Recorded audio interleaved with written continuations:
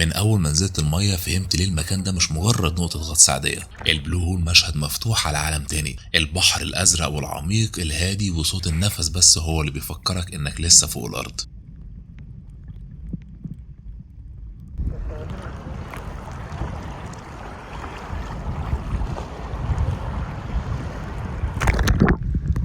كل حركة تحت المية بتكشف لك لون جديد، شعاب مرجانية أو أسماك ملونة يمكن تكون أول مرة تشوفها، حياة كاملة ماشية بدون ما نحس بيها. الحركة المتناغمة حواليك في كل مكان، مش بس حركة اللي على سطح البحر وبيعملوا سنوركلينج، كمان تحت في كل عمق هتلاقي كل أنواع الغطس، سواء اللي بأنابيب الأكسجين أو حتى الفري دايفنج، الغطس الحر يعني. الكل هنا بيستمتع وبيتفرج على مستوى الجمال ده واللي مفيش زيه في اماكن كتير غير عندنا. دول احلى 30 دقيقه هتقضيهم هنا في وسط البحر. السنوركلينج هنا مش تجربه، ده شعور انك جزء من البحر نفسه، ولو دي اول مره ليك صدقني مش هتنساها.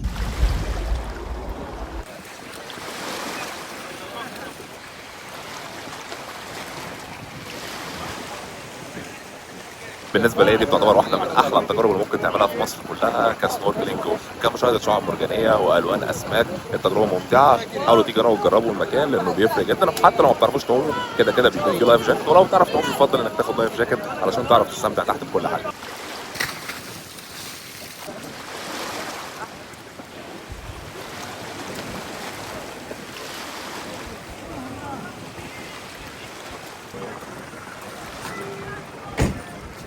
الحمد لله على السلامة.